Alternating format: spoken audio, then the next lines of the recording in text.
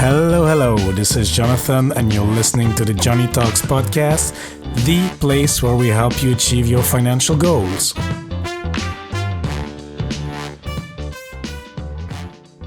Hola, amigos. Hope you're having a great day wherever you are. And if you're a new listener to the show, special warm welcome to you. I really appreciate you tuning into the show. And if you're a returning listener, welcome back. I appreciate it even more. In today's episode, we will speak to my friend Martin from Studenomics. Martin is a fun personal finance content creator helping 20 and 30-somethings to manage their finances, make more money, and enjoy better lives.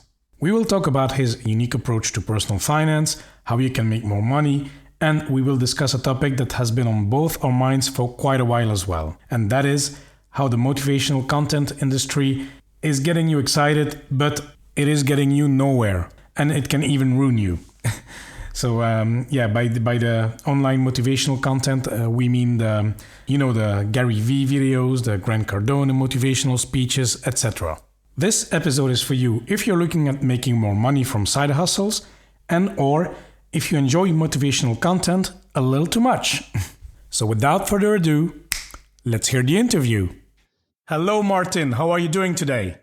I'm pretty good. Trying to stay busy. What about you? Yeah, all good here in Luxembourg. I hope everything is all right in Toronto right now. Yeah, things are okay. Just we had a heat wave. So Canada has two seasons, just summer and winter. So we had some May snow. We had a heat wave, so I got nice and tan. Got lots of outdoor time, and here it's a rainy day. So here I am podcasting and ready to talk about whatever comes up. Okay, perfect. And how is it going with the pandemic situation right now? I'm like anybody else. There's days where you panic and you freak out. You think the world's ending. Then there's other days where you wake up and you're like, wow, what an amazing opportunity. It's definitely helped me put things into perspective. Being able to work from my laptop it's a huge bonus. Yes, exactly. Because you, Martin, I invited you. You are running Studenomics. I don't know if I pronounce that well. Is it more studentonomics or is it studenomics? I don't know. Can you walk us through what you're doing, actually? So I started as a student, so it was 2008.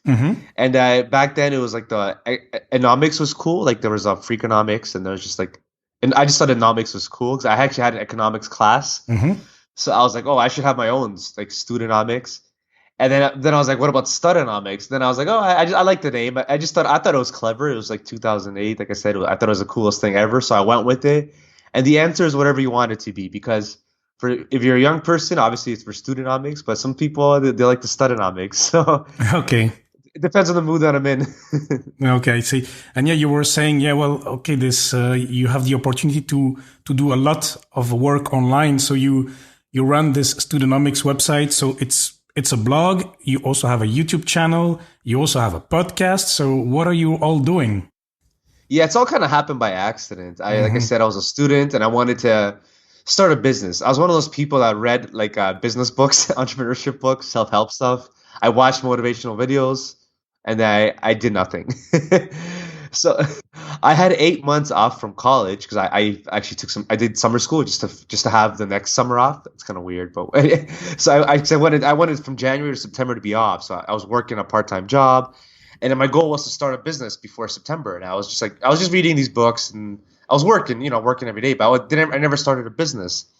And I knew that I liked money and I wanted to do something with money. So I kept on talking about it. And then September came and I had no business.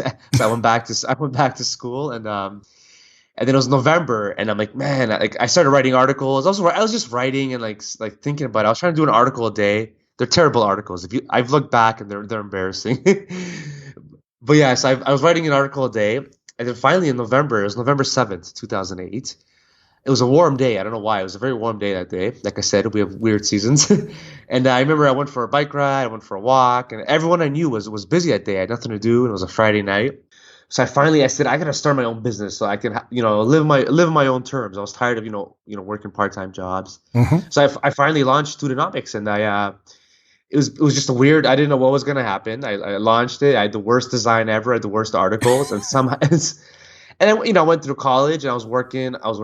Full-time hours. I was a student. I was just writing, working, and eventually I graduated college debt free in 2010. I was like, I'm gonna do this blogging thing, and I didn't know what was gonna happen, and I lucked into a freelance writing job. I started freelance writing. I was in a forum, and somebody needed a writer, so I became a freelance writer. And then as you're working and you're creating something, you never know what's gonna happen. So I ended up selling ad space, like advertising, AdSense, and I realized that I can actually make money with this. And then, I still kept a part-time job, and I did freelance writing. I monetized my blog, and it kind of took on a life of its own. So then, yeah, I started a YouTube channel, a podcast. I'm all over Instagram, all over Twitter, and it's kind of just been like on-the-job training. And I don't know what's going to happen next, but I'm enjoying the ride so far. Yeah, no, it's very cool. And I've watched a few of your YouTube videos. They're quite cool. So your target audience is 20-year-olds to early 30s, I would say. Is that correct? Yeah, we've grown together. It's kind of weird. Yeah. It's like being a mom blogger or something, like, or being like a pregnant. Like you can only be pregnant or a mom for so long. Eventually, your kids grow up and stuff. So like it's like me. I was a teenage. I was 20, so I was like a student blogger, but I can't be a student forever. I'm a 32-year-old guy now. Yeah, exactly. I can't be hanging around college campuses. So we've kind of grown together. So it's like a journey. We take you from a broke college student to now we're tackling different issues. At one point, we were pre-drinking on a Friday night just to save a few bucks, or Thursday night, and now we're talking about how to save up for your kids, or save up for your kids' college. Yeah, exactly. Yeah, of course. Or how to go to a networking event where you're not supposed to get drunk. How to move up in your career. So the audience has grown, and I've grown, and we're all in our 30s now. But of course, the older articles are still there. So we're just growing together, and we're kind of, I guess, hopefully, we're all enjoying the ride. Yeah. Excellent. I really like it. And then you have your own take on personal finance. And I like it. It's a bit dynamic. It's a bit against the grain or against the common advice. And you've been around the world, actually. So how did you manage to do that in your 20s? Because it's not always easy to get successful with your money, manage your money, and then as well travel the world and do all these things. What is your take on personal finance, Martin? Yeah, I wish I could tell you I had some emotional story or something, but I've always just been greedy, Like everyone has these emotional stories, they were like crying and then they had like some epiphany, and they had some big moment. I've just always been greedy. I've just always wanted to have money. When I was a kid, I come from an immigrant family. My family comes from Poland, and I'm not complaining. We had a good, they did their best. They had 3 kids. They worked like day and night. So I just knew if I wanted something, I had to work for it. Like it's not that complicated, So I started delivering newspapers when I was 8 years old, and then I became a soccer referee. I started cutting grass for older people in the community, and I just did these odd jobs, and I just always wanted to have money. So when I was in my teenage years, I just worked, and then when I got to college, I just read about like personal finance, and I just wanted to have money, like a lot of people, they blame school. They say, college should teach us personal finance. High school should teach us. Well, they teach us gym, and people are still fat, right? It's not like teaching personal finance to solve all the problems. I was just greedy, and I wanted to read more about making money. So I looked into different ways to make money. I read every book I could. I read every blog. I started writing about it, and I started investing my money, stocks, and then I invested into real estate. I just kept on freelancing, saving money, investing. It's not really a sexy process. Like, you work a lot of weekends, you just hustle, and then I just kept on investing. And then I was lucky enough to have enough money saved to start traveling, because I was making money from my laptop. So this is like 2011, and it was still kind of new, this whole digital nomad stuff. So I was kind of nervous, but my family freaked out. But I did a big Euro trip. Like when I say travel, it's also like I'm not doing glamorous traveling. Like I was staying in hostels, and doing the Euro train, or how is it called? Yeah, and I wasn't like living the life, right? That's one thing that I learned. I read a lot of good books, and I learned that travel doesn't have to be for the rich and famous. You can travel to Europe and stay in hostels and have the time of your life. Of course, absolutely. In my 30s, I couldn't do that now. I don't want to be, a 30-year-old guy in a hostel, but it was fun in your 20s, and you could travel any way you want. And it's one thing I learned, that, your money, your personal finance is your life. It's your way. So I just wanted to travel, and I made that a priority. Which by making it a priority, that means you got to sacrifice or cut back in other areas. So by wanting to travel, I knew that I wouldn't have, like, I don't know, the newest clothes. I wouldn't have a nice car ever. I would have to pick up more freelance work and have to pick up more shifts. And I just knew that I wanted to make travel happen. And I did everything I could. And I tell people this, you can have anything you want. You just can't have everything that you want. Hmm. Very good. And Martin, you are. I hear you're a hustler. You're greedy. You like to make money. You like experiences as well. But in the end, all that hustling, all that. What are you working towards to actually? What is that? All that money for? Wow, that's a philosophical question. I don't know. I just have a better life, because I know what it's like to struggle and come from a family where you don't like. I still have a lot of a poor family in Poland, and I know what it's like to have no money. And when you have no money, you have no options. And I just want to have a life with With options, and options, yeah. I don't want money to, it holds a lot of us back, and it's an uncomfortable thing to say, but when you're broke, life is not fun. I've seen what it's like, and I don't want that to ever happen. I don't want to have to worry about my next meal or about feeding my family in the future. No family yet. And I don't want to have to worry, but, working a job that I don't like. Like, I'd rather work all day, every day, than work a job I don't like for 8 hours a day. I don't want that kind of life. I just know what I don't want, and I know what I want, and I'm willing to work towards it and to make it happen. No, that's very good. I really like it. And actually, I said something similar on another podcast. It's back in 2016, I was an expat. I never made as much money as then. But the thing that was good, it's not about, going to fancy places or traveling in style.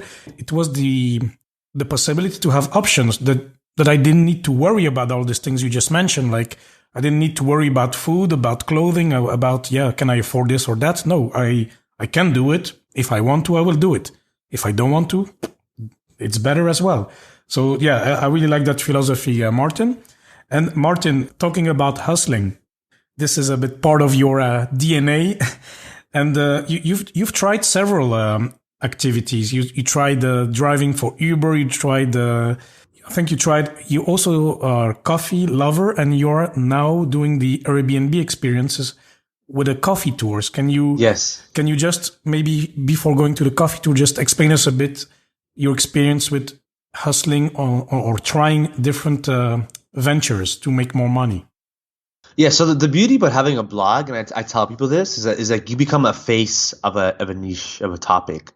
So by becoming a face of making money in personal finance as a young adult, I feel like a responsibility to try out different things. Mm-hmm. And the one biggest struggle I find for young adults now is making more money. Like, you finish college, and we think when we're in college that as soon as we're done, we're gonna be living the life, traveling the world like The Rock in a private jet, signing deals, never worrying about money again. But then even if you get a good job, you get your first paycheck, you're like, wow, this sucks. Like, so many taxes, and then you pay your rent, your mortgage. You're like, wow, I got nothing left for myself. How am I supposed to eat? How am I supposed to travel? How am I supposed to do anything? And it's very frustrating. So the one thing I try to look at is the best defense is better offense, or however you say that. Mm-hmm. I try to look at, frugality is really boring, right? Like, nobody wants to be told what they can't do. Like, it's like these frugality, like frugal, and a lot of this stuff gets boring. So I like to look at different ways to make more money. So I've always tried to explore different income streams, and I like to review them. And for selfish reasons, I get paid to the better the content I have in my blog, the more money I make, right? So Yeah. and I also want to give a fair and honest answer. So I've tried every different hustle. So whatever comes up, I try it. I tried like freelance writing, and I wrote about that. I've tried starting a blog. I write about that. And I give an honest opinion. I don't sell the dream. I tell people the pros and cons. And then I tried Uber. So I drove for Uber for a summer, and that became very popular. I don't know why or how, but I guess people wanted to hear about it. So I did that, and that was probably the most profitable thing I ever did. To be Okay. honest. Yeah, because of the affiliate marketing, and the article took off. So I've always just explored different side hustles, and that brings us to the newest one, which is the Airbnb experience, which is a coffee crawl, if we want to go into that. Yes. Can you tell us a little bit about that? I know you explained it in details on the Financial Independence Europe podcast. You go on extensively, so let's just make it short here, just to give a flavor of what it is, because it's something I never heard of before, Airbnb experiences. Can you tell us a little bit about that? For sure. So the Airbnb experience is anything and everything. It's when you go on the Airbnb app, you can get a room, and then you can do activities. So these activities are just led by regular people. So you as a regular person can apply to host any kind of activity. And in my case, I don't have any special skills. Like I can't play the instrument. I can't teach yoga, which were like really cool things to do. So I realized that I could just show people coffee shops. I wanted to try any way to make money doing this, and I didn't want to waste time, because yeah, sure, I could learn the piano and then teach it, but that'll take a couple of years. Yeah, right? exactly. So I was like, I know coffee because I've been always drinking coffee because I'm always working in coffee shops. So I just found out the coolest coffee shops and I started a coffee crawl. So it's like I show people different coffee shops, and so whenever someone books a place to stay in Toronto, they get a list of things to do, and one of them is the Queen West Coffee Crawl. So essentially, I show people coffee from Ethiopia, Armenia, and from Toronto, and you just get guests and you just hang out. And you show them coffee shops, and it's really that simple. Is it popular? Yeah, so it is very popular. I'm Okay. actually surprised. Yeah. Because Airbnb is pretty new, right? So they started they started this thing in 2016, and then they really invested into it in 2018 because Airbnb wants you to stay on their app, right? Like they realized that people are booking rooms and accommodations, lodging, but they wanted people to book their activities because then people would go to TripAdvisor or Expedia. So they said, why don't we get that action?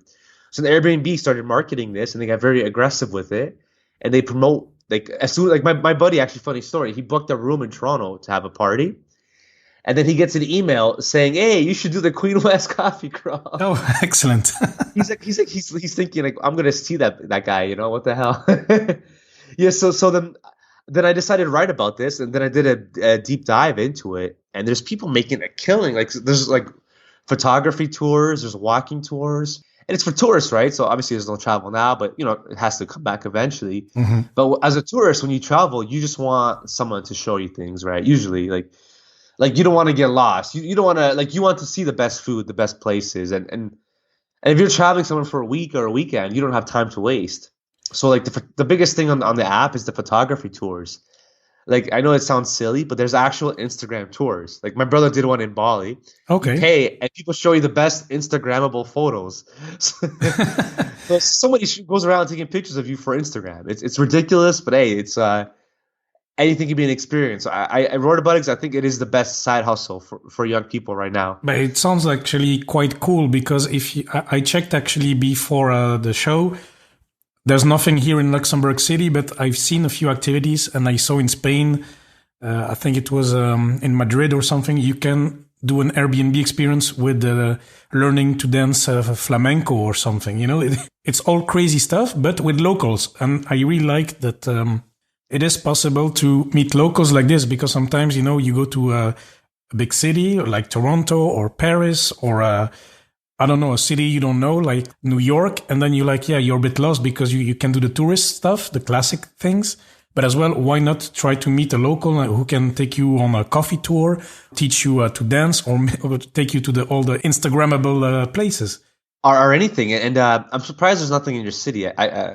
We could double check later, but every city has something. And actually, I had someone come from Barcelona, and he enjoyed the coffee tour, so he went back home and he started the Barcelona coffee crawls. But every city has different activities. Like I saw one guy, he's a comedian, and I guess he's trying to make extra money. He's a comedian. I don't know if he makes much money.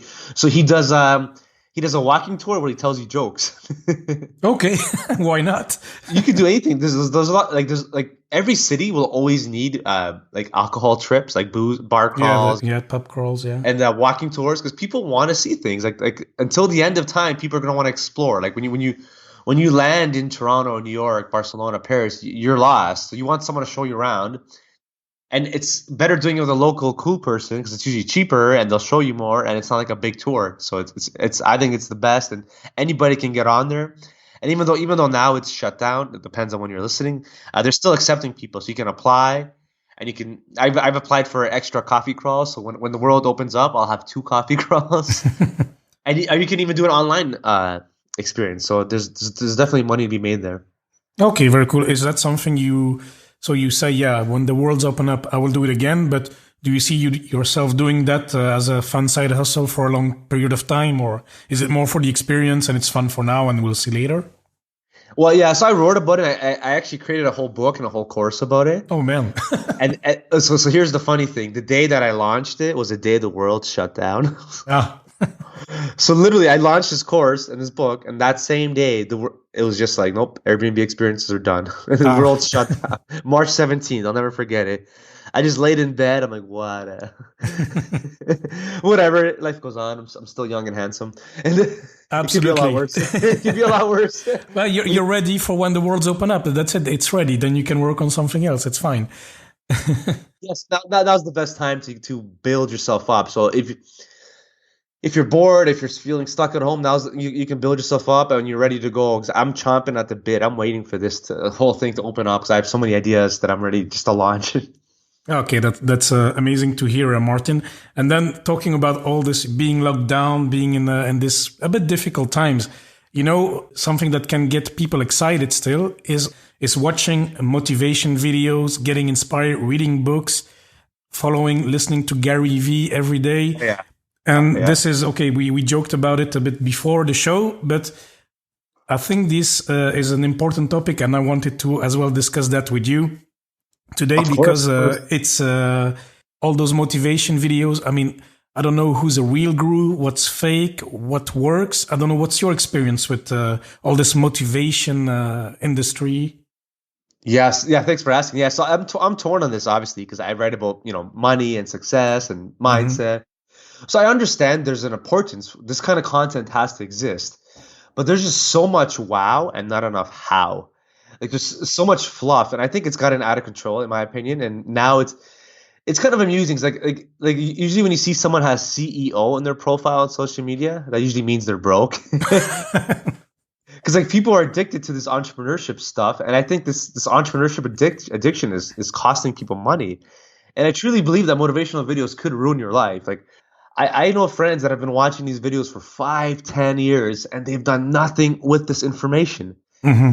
And of course, like if you listen to a motivational podcast for 5 minutes and then you go to work, that's fine. But what happens is most people just consume this all day. And I guess you get a dopamine release, and I guess you feel like you're doing something, but you're not really doing anything. You're just watching these videos, and I just feel that like it's it leads to nowhere. Like I've talked to friends, and they think they're above everything. It's like they want to start the next Facebook, they want to be the next Gary V. And the problem is, there's already one Gary V, and that's enough. Like the world doesn't need another motivational speaker. And this is the saddest thing that I see. I see that if someone wants to start a side hustle or a business, there's so many practical ways to make money. You can start freelancing, you can start an experience, you can start coding, whatever. Instead, people want to be like a motivational speaker, and they start sharing the same quotes.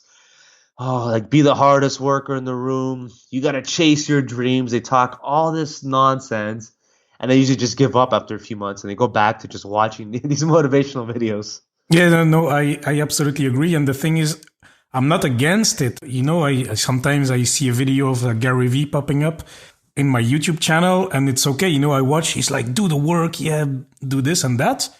I think it's fine, and I think it makes sense. And I've seen some others. Some are BS, and some are fine. But it's true that there was a time where I was looking at transitioning to my current job. I mean, I had a few months of searching, so I was watching a few of those motivational videos.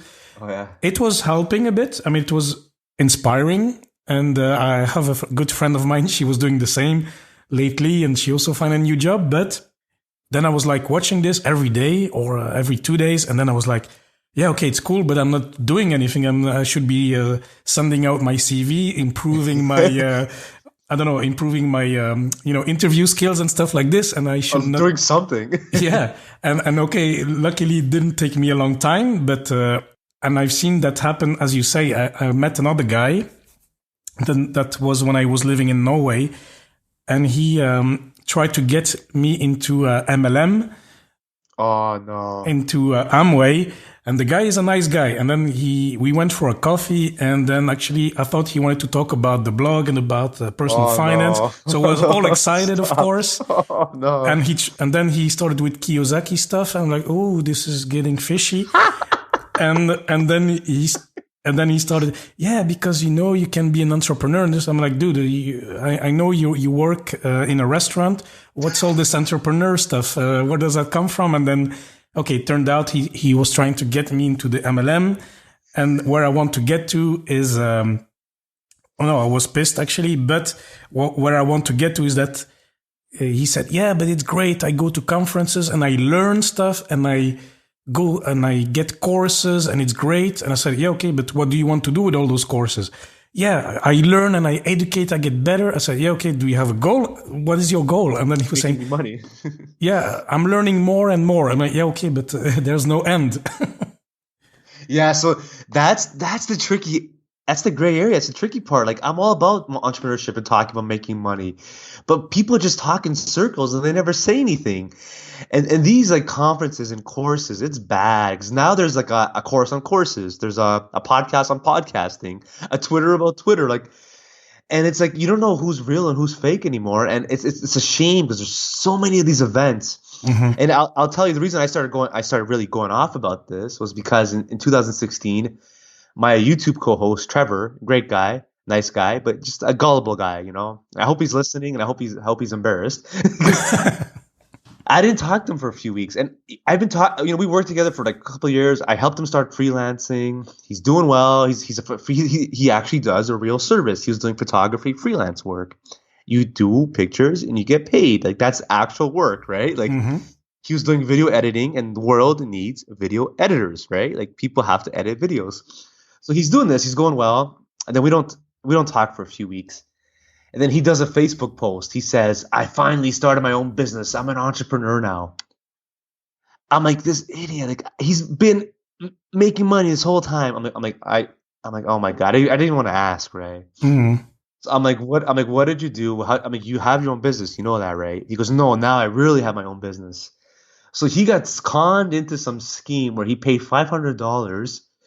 And I don't want to say the company name. I'm not giving them free publicity. But I looked up the company name, and the first article says this company is a scam. The first article, like literally the first one.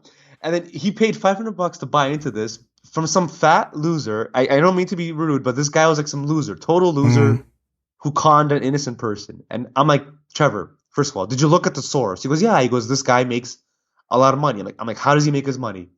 And he's like, well, by being in this program. I'm like, duh, that's how he makes his money. Yeah, exactly. Yeah, recruiting you. And this guy was such a loser. Like, this guy would just prey on people. Like, and it made me sick, like to my stomach. That like what a loser this guy was. And then he wanted Trevor to sell internet services, like, and this program. Like, so pretty much, Trevor would just embarrass himself. He's trying to sell you crappy internet and access into this program where you have to pay $500 to promote internet and this program. Like it went in circles, like it went nowhere. And then Trevor goes to cancel, and then this guy starts berating him, and these people are like in a cult almost. The guy calls Trevor and he's yelling at him. He goes, you're not gonna get rich. You don't know what it's like, and it's bad. And then they brought him to some event, and they're yelling, and like they're all like, it's dangerous, you know. Like you get caught into this, and these people are losers because they're just trying to rip you off. They're just charging you $500 for nothing, and it goes in circles. And they promise you the world. You know, they tell you you're going to make money. It flatters a bit the ego with the entrepreneur. I saw that in this guy. He was like, yeah, but I run my own business and stuff like this. But yeah, you're just trying to sell for a commission and trying to recruit others. And I tell people, if the business promises you easy money and that anyone can do it, that means it's not true. Not anyone can do everything. You know, that's not how life is. Yeah, and then I asked him, I said, okay, but so you've been doing this for 1 year. How much do you make? Yeah, no, I need to recoup my investment, so it's not there yet. I say, okay, but then why should I join, you know? Yeah. So the reason I call this guy a loser is because he's selling Trevor the dream. So then sometimes you have to be really harsh. I said, Trevor, where does he live? Like, does he have a condo? Does he have a nice apartment? He's like, no, he lives with his mom still. I'm like, how old is he? He goes, oh, he's in his mid-40s. I'm like, so this guy's in his mid-40s, living with his mom, hanging out with 20-year-olds, trying to sell them get-rich-quick schemes. I mean, do you not see the problem here? And, like, he's dragging people into these events where, like, they're just, like, talking in circles, talking about how you got to really want it, you got to work for yourself. And then I'm like, you got to look at the source. And then finally Trevor laughed, and then he saw the guy a year later, and the guy's like, yeah, I had to leave. It was too stressful. But then Trevor goes, yeah, but I thought you were making $10,000 a month, $100,000 a month. The guy's like, yeah, no, I never got there. He goes, you got to work hard to get there. And like, it's so dangerous. And like, entrepreneurship is not for everyone, you know. Anyone can become an entrepreneur, but sometimes it's not for you. And people forget that you could start with a side hustle. You could start with a small business and work your way up. You can't just go, you know, from 0 to 100,000 a month. That's the, like, And then these success stories, they screw with people. You're going through Facebook, you see some success story, like, oh, this guy was homeless, this guy was living in a box, and now he's a millionaire. Like, shut up, like it's so dangerous. And then you think, how come I can't be a millionaire overnight? Yeah, exactly. Yeah. And it messes with you. That's why I started speaking out about this stuff, because like when you're starting a business, yes, you should invest in yourself, but you can't just invest in yourself every day. Like, there's only so many courses and so many books you can read.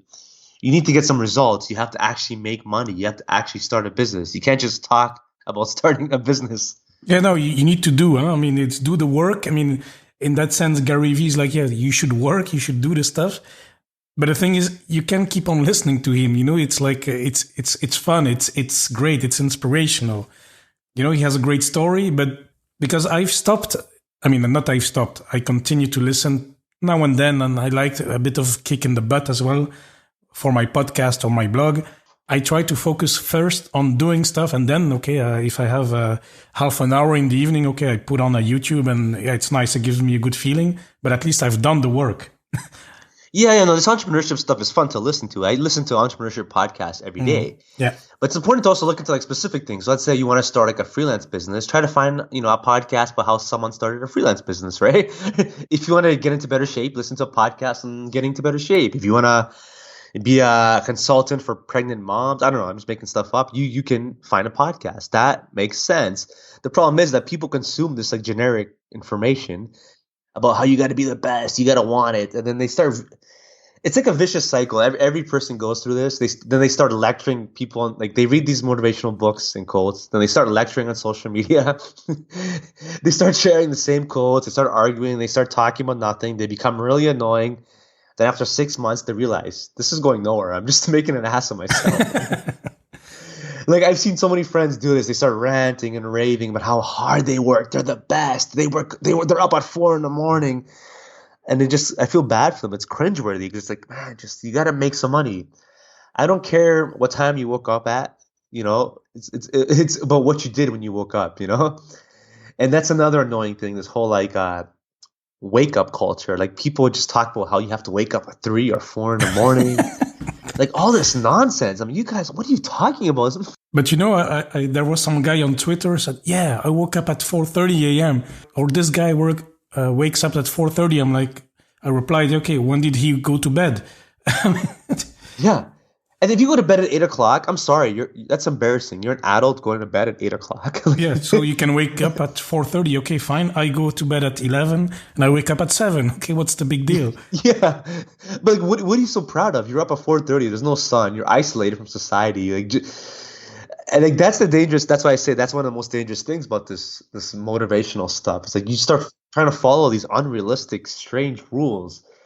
Like, what are you going to accomplish by going to sleep at 8 o'clock, And like, I understand sometimes you got to wake up at 5 because, you want to train and you have to go to work at 8. Yeah, that makes sense. But some people, I just feel like, they read Grant Cardone, or somebody said, you got to be up at 5, you got to meditate, you got to express gratitude. And they try to follow these unrealistic rules, and they just become a robot, Like they're always tired, they're always drained, but they're up at 4 because Grant Cardone told them to be, 10x, you need to 10x, Martin. Yeah, it's become really annoying, and I had to speak out on it, because you can be successful by waking up at 8 in the morning, Like, you can wake up at 7 and still be a winner. You're not a loser if you enjoy sleep. Like, you need sleep more than anything, because sleep is the most important factor when it comes to any of this stuff. Yeah, exactly. No, I really appreciate you sharing your thoughts and even the story of your friend. And on morning routines, I wake up at 6:45 to be precise, and I have a morning routine. It's inspired by some of this, but it's something that works for me. I do a bit of push-ups. I do a gratitude moment as well. I do that, but it works for me. I don't do it because I don't wake up at 5:30 to go to the gym and all these things. I mean, I could, but I do something that works for me. It's simple. I mean, it could be, and I have a colleague, he walks his dog every morning. That works fine as well. If that's his morning routine, that's his morning routine. Yeah, so that's why I say a lot. It's you got to find the journey and the process that works for you, the routine that works for you. Like, entrepreneurship makes people anxious because they think they got to be up at 3:30 in the morning, and read 6 books before they take a shower, and they got to take a cold shower, and they got to apply CBD oil, and they got to meditate, express gratitude for 2 hours, and learn 3 languages. Like relax, just get one thing done at a time. Make some money, or work on yourself a little bit. You don't have to be a mindless robot. You don't have to consume another course. You don't need more courses, more books. You need more action. Absolutely. Absolutely. Great message, Martin. Thank you so much. And Martin, I think we've come at the end of the show. I think it was a great discussion. Appreciate it. And as we know, we always have our 3 quick fire questions. Yeah. So the number 1 question, Martin, to you is, what has been your best investment so far? Yeah, travel. Travel has to be the best investment. I have friends who don't even have a passport. I have 2 passports, and you have to just travel, get out there, see the world. Like, it's tough to quantify everything. And whenever people ask me, they say, "Oh, I have $1,000. What should I do with it?" I say, "Go on a trip." Mm-hmm. I think travel is the best thing. It opens your eyes, it challenges you, it shows you what's out there, and it gives you motivation. Because once you travel once, you get the bug, and then you're forced to work harder because you want to travel more, and that becomes your inspiration, and it gives your life meaning, it gives you something to look forward to. Mm-hmm. Any special experience that you one particular experience on your travels? I'll tell you when you're older. I can't share that online. Come on. Okay. My future kids are going to be listening to this. Yeah, I know.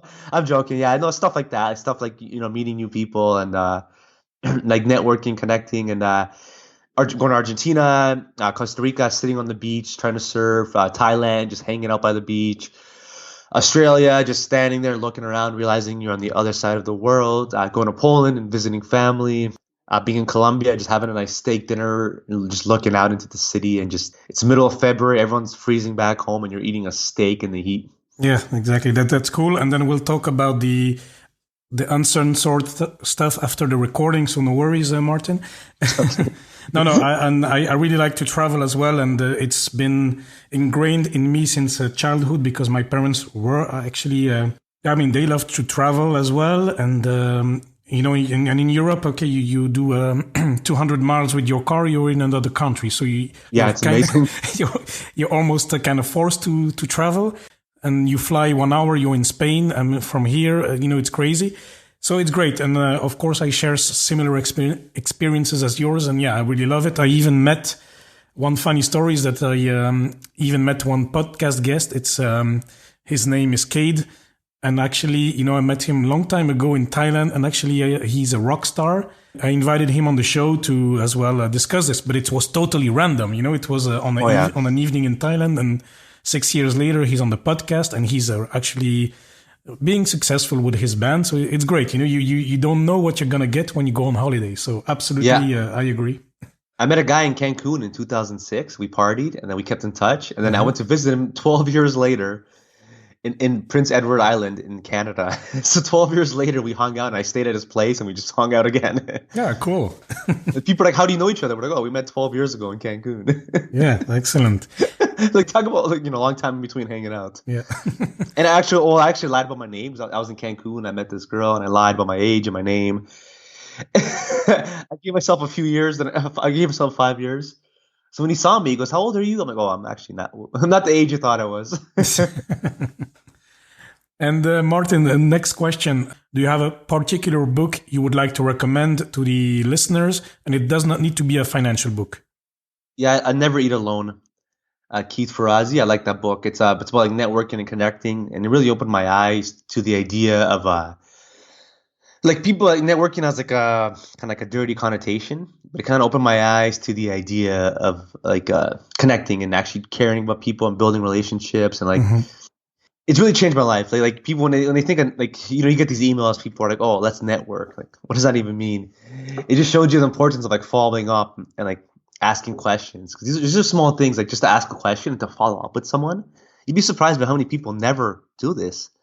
Like, I have friends that only call me to talk about themselves. Like, it's kind of scary.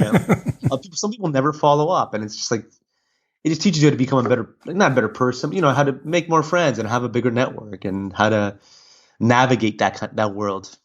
Okay, that sounds like an interesting book. I'll link all your information and the books in the show notes so the listeners can find it. And I think this book sounds really interesting to me as well. I like to improve networks and building better relations. I mean, I'm a big fan of How to Win Friends and Influence People. So this sounds a bit it's like the follow-up to that book, pretty much. Okay, perfect. It's like a sequel almost. Okay, excellent. I like that.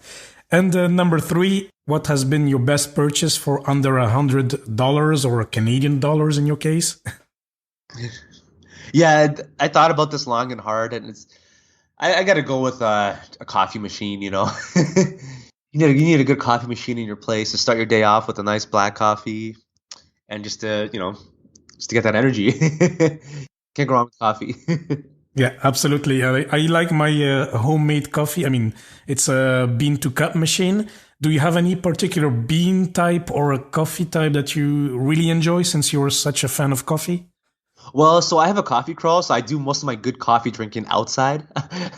So I go to coffee shops where I drink, I have the Ethiopian coffee, the Armenians. At home, I'm just boring. I have just a Keurig or a French press, whatever's easiest, because I'm by myself here, right? So I don't want to get anything fancy. It's just me.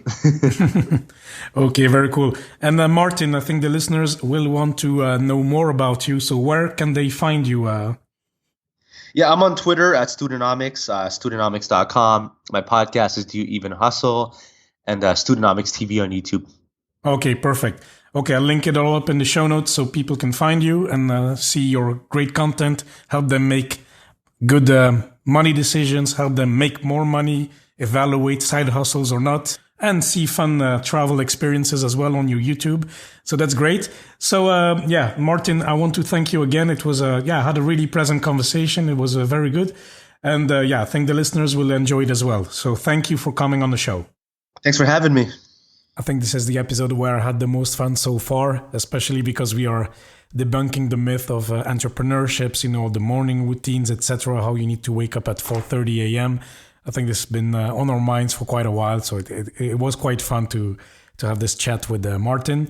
So I hope you enjoyed it as well and that you learned something from it. And before we head off, as usual, the key takeaways for today.